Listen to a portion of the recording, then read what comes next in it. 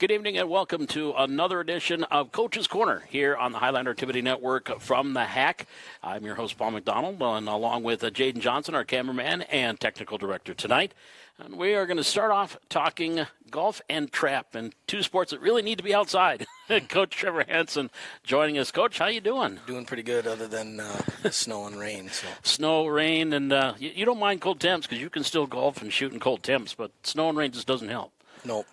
And the western part of the state got a lot more snow than we did, and the trap schedule has kind of been shuffled because of them. Well, because of that. And I know with the Easter weekend, you guys were going to go Tuesday, Wednesday. That got postponed. What's the shooting schedule like this week? Well, we actually ended up going today. We were going to go Monday, Tuesday. Mm-hmm. We ended up just canceling because Monday was too cold and windy, and yesterday was just too windy. I mean, it was not a lot warmer than Monday. And then today was just beautiful. It's beautiful out there, so we decided we'll just shoot today and everybody go today, and we are going to shoot a little bit on Saturday if we can too. It looks like rain then too, but we'll see. Any competitions yet for you guys? This week is week 1 of competition, so whatever they shoot today and or Saturday will be their first competitive score. So we've had 2 weeks of practice, 1 week of reserve scores, and then this is our first week of competition. However, since the western part of the state got all the snow, they are going to allow us to put in our week 1 and week 2, which would be next week's scores, in next week, like next Saturday. So we do have some options to shoot next week if the weather is cruddy. We could, although some of those kids are shooting a lot of rounds. So. Yeah. When you say reserve scores, what does that mean? So a reserve score is if our team cannot shoot. For example, if this week would have been weather-wise too bad to shoot, which honestly it could happen. I mean, other than today, the rest of the week doesn't look very good. So if we were to cancel completely altogether, those scores would go into our week 1 competition score. So we kind of have a backup score. Sure. However, it can't be used per individual. It can only be used for the entire team, or obviously can't be used at all. So we can't just pick and choose like, oh, there's a couple kids that, couldn't shoot, so they get to use their reserve score. I know that in sports you have a roster limit and so forth. In golf, you can use only 4 or 5 scores for your team score. How about in trap? Is there a limit to how many shooters you can have for what's going to be your team score? Well, you can have as many as you want out for the sport. In our conference, or in our division of the conference, we have 31 kids. So they take 23 scores per week. Okay. So from every team in our division of the conference, or in our conference, they take 23 scores. Okay. So if your team has 31 kids shoot, they take the top 23. Right. They compare that against all the other teams in your conference, and then your shooters are assigned points or get points for that. Mm-hmm. So if your shooter is the top shooter in the conference, let's say there's 5 teams in your conference, that's a 115. Yeah. So the first place score gets 115 points, all the way down to 1. Okay. And then, each one of your 23 get a point, at least they get a point. Yep. So it's better to have more kids shoot, if all of them shoot, that way you have a better chance of scoring. So the scoring is kind of funny during the week or during the conference and during the competition. And your good shooters will always be good. Mm-hmm. It's always the medium shooters, the average, a little bit better than average shooters. It's when they start to develop that you can score those points on the back end. Okay. At the state tournament, however, it's completely different. State tournament, it is top 5. Mm-hmm. That's it. Yep. You can bring 31 kids. If you got 31, top 5 shooters, no matter if they're the best or the bottom kids, top 5 shooters scores. And so it's kind of weird. The conference is scored a lot differently. Sure. And I probably know the answer to this question, but I'll ask it anyway. If you look at spring sports, golf, tennis, baseball, softball, track, you can practice indoors. Trap, you really can't. You have to be at a range and outside to practice. Yes. We do actually have, or Sandy and Chuck Milkey actually have a simulator. So they actually have a simulator, hooks up to a computer, and it is projected on a screen or on a wall, and you have not a real gun, of course, but you have a fake gun with a bead on it, and you follow that clay pigeon or that dot, and you shoot, and they score it somehow. The simulator shows it being broke or whatever, and so we do have a simulator. However, It's one simulator. It's 5 kids shooting one at a time. Mm-hmm. So when you got 30 kids, it takes a really long time to get all of them through. But it's something we can do if we don't. Sounds like a golf simulator type. Yeah, it is. Very similar. Now let's transition into the other hat that you wear, the boys golf team. And I think there was supposed to be a junior varsity invite or something today that obviously I don't believe took place. But how about let's talk about golf. I guess first off, some names that people might recognize that are back on this year's Highlander golf team. Well, we have 6 kids that played varsity golf, some varsity golf last year, or some played a lot, but some played some. And that is Eric Ingstead, Thomas Pfeiffer, Alex Rogelstead, Jonah Schuldeis. Oh, now you're putting me. Tucker Orner, and shoot. Do you remember? I had them written down, too. Oh, I put you on the spot. I have 6 returning that actually will be, vying for the 6 varsity spots. I got a couple new kids, but those are our Ethan Bear. Ethan Bear was the other one. Ethan's, improved a lot. Yeah. So has Eric, and so did Thomas Pfeiffer. Thomas Pfeiffer put a lot of time in this summer. He said he's played a lot. I'm excited to see some of those guys play. And we just found out today that we hopefully can play next Wednesday and Friday possibly. And we're going in the southeastern part of the state. We're actually going to go to, Maple River, which is just east here, but and then we're going to go down to Wahpeton. We swapped some meets so that we can get some golf in because North Grand Forks and north of us or anything north is not going very good. So that the Bois de Sioux, I think, down in Wahpeton, nice golf course that they have down in Wahpeton. Any expectations of this team, Trevor? Well, I would like to improve on last year's scores. However, we did lose Derek Bear, who was a very good golfer, and Blake Treebold played about half the season last year. He had some very important academics that he wanted to take care of, and he said he wanted to play, but he didn't want to play right away, and I respect that he wanted to get grades and get into a good college and do those things, and I respected that, so I said that's fine, and I'm okay with you coming out a little later. So we missed those 2 guys, and they both were very good. But I think as a collective, as a team, we can get 4 scores in the 90s, and I think we can shoot down in hopefully around the 360 range, and I'm going to tell the guys that's our goal. Our goal this year is going to be to shoot 360 as a team, top 4 scores. I think our best score last year was right around 368, and that was at EDC, so it was a good time to shoot that. And more worried about how you guys are doing. You're not going to be so concerned on your competition. You just want to improve round by round, shot by shot, hole by hole. Absolutely. I just want our kids to go out and have fun and have integrity and honesty and shoot the score they shoot. And that's what I tell them every time. I said, I'm not worried about your score so much. I'm worried about the integrity of our team and integrity of our kids and our school, and that you're putting your honesty and integrity into the game, because that is very important in the game of golf, because you have to give your score every time. So, and I think you see some marvelous courses in the EDC. Even I think go across the river over into Moorhead and play at the Meadows, where I played quite a few rounds before back when it first opened up. So you can see some really nice golf courses in this area. Yeah, the kids get to play Fargo Country Club, and honestly, it's one of my favorite courses in the state. It's one of the nicest courses in the state. Of course, it's very expensive and very costly to play there, or even be a member. So honestly, those guys get to see some really nice courses and some they will never see again. That Fargo Country Club, I would never be anywhere near it unless I was coaching golf. And luckily, I get to see it. And probably 2 different types of courses. You're not going to see the same type course every single week. No, there is a lot of difference. Village Green, which we were supposed to play today, varsity, but that got canceled, of course, weather. And that course is kind of like a links course a little bit. And then the backside, you go through some houses, through some neighborhoods. And then courses like King's Walk, which We were supposed to play next week, but of course the Grand Forks has a lot of snow, so we moved that. But Kings Walk is a true links course. There's like 4 trees on the whole course, Right. and you don't see a tree. And if it's windy, it's terrible. And if it's not windy, it's really, really awesome.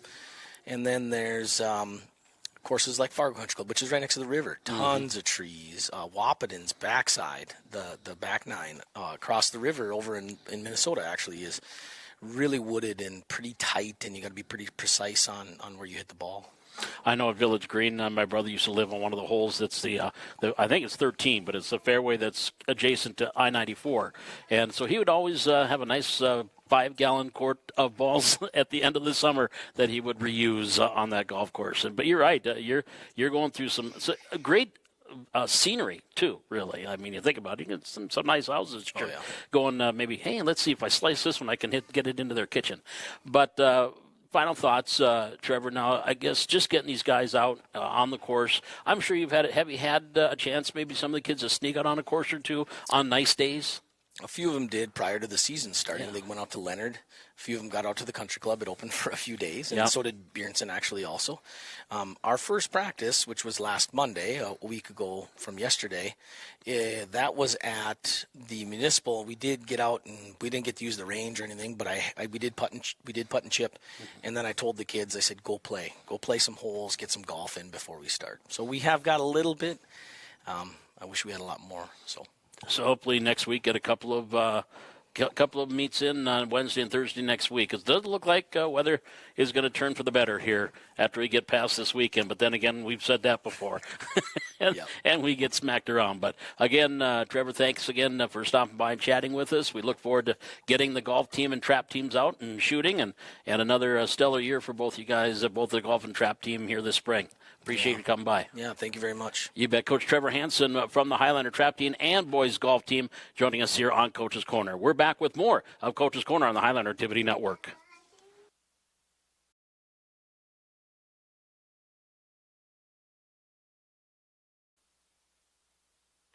Back here on Coach's Corner on this actually beautiful Wednesday night. Temperatures up into the 50s, I think, here for tonight. And now we're going to be talking track and field, and Coach Trevor Backlard joining us from the Highlander Tracksters. How you doing, Coach? Doing not too bad. It's been a lot of up and down here with this weather rescheduling. So I think we're finally getting a little bit on track. No pun intended. Right. Or maybe your pun wasn't intended. I'm not sure. Yeah. But I know the first week in April we were supposed to have the girls and the boys here at Dakota Track. Didn't happen. I think Kindred was another one. But you did get a triangular kind of in here, didn't you, not about a week or so ago? Yeah, we were supposed to head to West Fargo, Cheyenne, and the conditions down there just were not very great. And so they decided to cancel their meet at the last minute. And so we did a scramble to try to get a few teams here, and we're lucky to have Kindred, jumped on the bus and came up, and Barnes County North came over as well, and so we had a little triangular. Had a few hours of some nice weather, and at least we were able to get a meet in. Our kids have been just kind of itching and scratching to get outside, and you can only run these hallways and these streets for so long, right? So exactly, yeah. And I know the clouds came for a brief time late there, but didn't rain on us. Before we continue, I want to remind folks again, if you're watching us live here on the Highlander Activity Network, first of all, thank you for joining us here tonight. But secondly, you'll notice a little bit of a lag where the audio is a little bit behind the video. So don't adjust your computers or your devices, whatever you're watching us on. That is a technical problem. It does get rectified when we archive on YouTube. So if you want to watch it again later on YouTube, everything will be synced up and perfect. So again, there is a little bit of an audio lag here when you're watching us live. Now back to that triangular, Trevor. I think one stat that I saw, Scott Rohde set the freshman outdoor freshman record in the shot put. Dylan Hunt. Dylan Hunt, I'm sorry. I knew it was either Rohde or Hunt, but Dylan Hunt in the shot put. Yes. And that was a 31-year-old record. Well, it's been done twice, and 31 years ago was the last time it was done. Yeah. And that was amazing for him to come out. He was a late starter with us, and getting him out was a big accomplishment to start with. And then he's really enjoying himself, and he's excelling. But for him to do that right away, that kind of just sets a little mark for him. And we just look at some other achievements. He threw well in the javelin as well. He's got just a little bit of natural ability, and we'll just capitalize on that here as he continues to grow. I think David Haas in 77 and Fall is a name from 91 were the previous two record holders. And just prior to that, at the EDC Indoor Championships, a lot of freshman records and records are either tied or set too by some of the youngsters. Yeah, we've had a great group of younger kids here this year, and running well, through junior high and now as a freshman. But Greta Govin, who's been doing well, and all those kids. You can go through a list of names, right? And I could probably mention everybody in the accomplishments that they've had. But I think just collectively as a group, just their overall attitude, and their willingness to just get out there, participate, practice, know that they're going to get their chances, and when it comes, then they're going to do well. Well, I know when we had Austin Shape on here, he had talked about one of his goals was to set that 200 outdoor record, which I think is like 22:34 by Mr. Elliott. I did see he had a time in the indoor at 23:3. What does he need to do to get that second? We just need to get outside, honestly, and we just got to get on the track and start really training. It's just unfortunate we haven't had enough nice days, I think back to last year when, by now we've had already a few track meets in, we've been out there training. Our kids, you could see the difference, right, in where they were at and their ability. And now this year we're a little bit behind, but we're not the only school. I talked to other coaches, and they're the same way. They're stuck inside, there's nowhere to go. Don't have, indoor facilities, things like that. So you're stuck with the hallways or streets, parking lots in some cases. And so, you do what you can for the kids, and the kids are doing what they can do. He's got a really good chance at getting that record, I really think. And so it's just a matter of the training. He had a good run this last meet that we had. Just about qualified in both his 100 and 200, and we had a couple other kids that were really close as well. So, they're there. Right now, we just got to be able to apply everything that we've been working for. So. Do the field events get hurt the most with the inclement weather? Like your pole vaulting, I know you guys do it here in the Hack, but pole vault, shot put, discus, javelin, just those field events, long jump, do they hurt the most by not being able to get outside? I think too. Yeah, long jump. You can run and you can work on steps and we can jump into a pit, but without really jumping, doing full sprints with your spikes on and landing in the sand, those kinds of things. So yeah, they do. Shot put has a better opportunity because we can throw those shots and get some releases, and that's the key to throwing is just working on those releases. The javelin and the discus kind of get, behind. We're fortunate enough to pull out the batting cages though, and we can do some discus and do some releases in there, so kids can get that feel of what that's like. Now trajectory, things like that go, but it's a starting point at least, and so.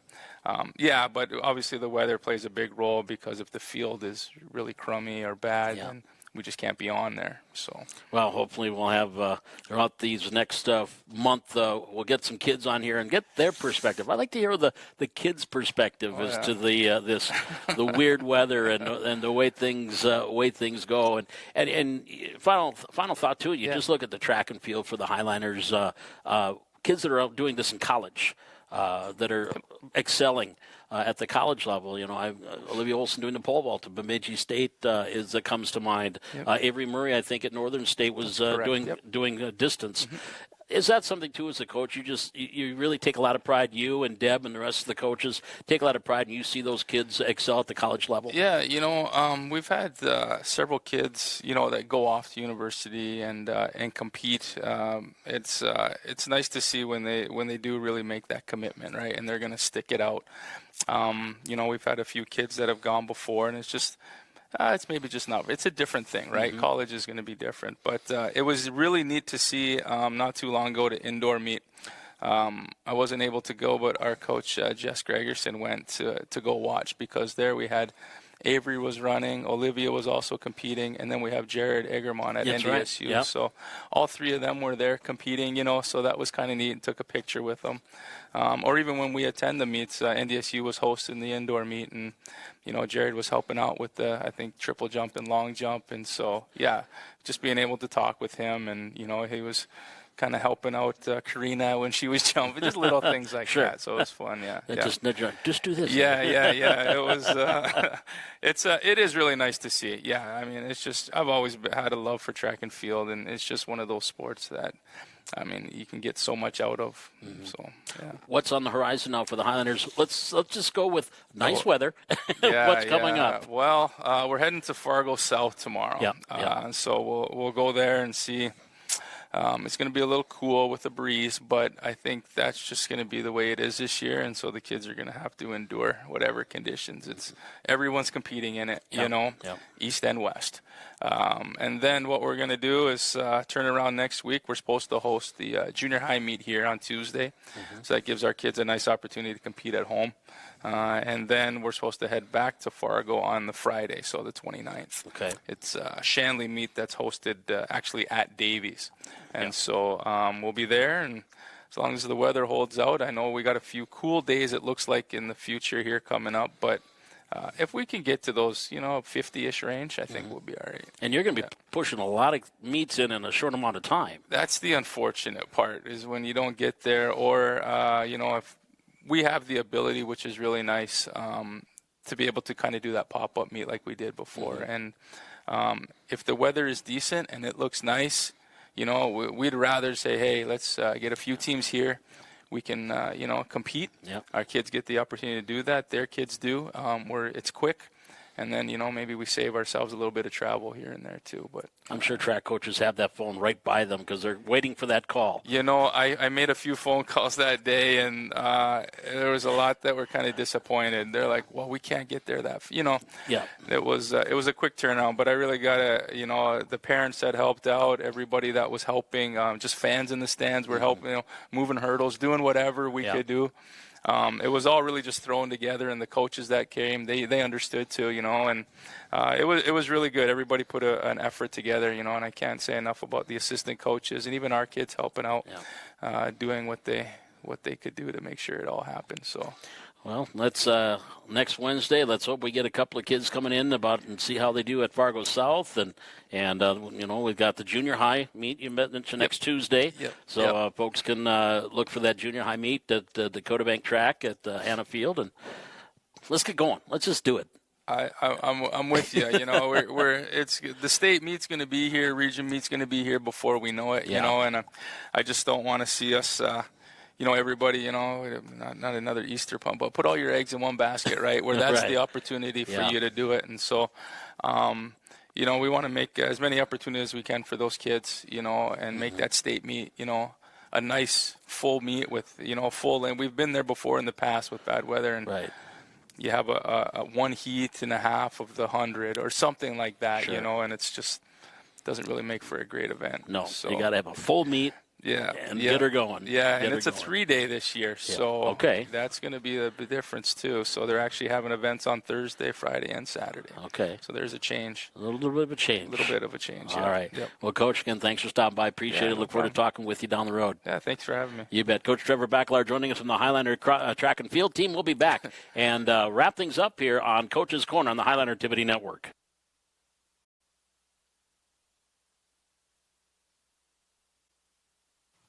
Back here on Coach's Corner on the Highlander Activity Network. And again, just a reminder, a little bit of an audio lag here. If you're watching us live on the Highlander Activity Network on playsite.com, our audio is a little bit behind the video, so apologize for that. But it is corrected, and it's all linked up and synced up. And you watch it later on YouTube. Don't forget to go to our YouTube channel, and you can watch archived. And just a reminder, if you go to Highlanders.org, on the homepage for Highlanders.org, you'll see a live button up at the top, right below the picture. You click on that, and that'll take you to what I like to call like the TV guide. It is the guide of all of our channels that we have, And if you pick a sport that you want to see, maybe games that have happened that you want to watch again, you click on that, and then that will take you to the playsite.com, and you can rewatch stuff we've done during the fall, winter, and only one thing so far here in the spring, as weather has hindered that. Just a reminder, here's what's coming up on the Highlander Activity Network.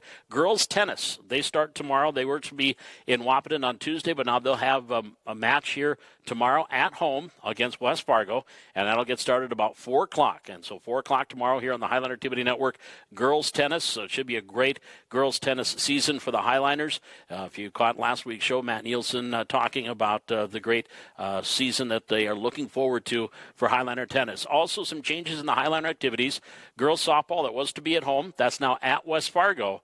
And, of course, that's a rematch of last year's EDC championship game when West Fargo and Valley City beat West Fargo last year. So that'll be in West Fargo tomorrow, 4:30 and 6:15 for the games. Highlanders' home opener for softball is due to be next Monday, April 25th, when they host Fargo North at the softball complex over at Valley City State. And the baseball game that was to be at home against Devils Lake on Friday night, that will now be on Thursday. It'll be tomorrow afternoon at 4 o'clock against the Firebirds, doubleheader with the varsity and junior varsity. No coverage as far as the Highlander Activity Network on that because we'll be over at tennis. But baseball at Charlie Brown Field tomorrow, 4 o'clock first pitch, varsity game against Devils Lake. Then the junior varsity will follow at about probably around 6:30, 6:15 for that second game, the junior varsity game tomorrow at Charlie Brown Field.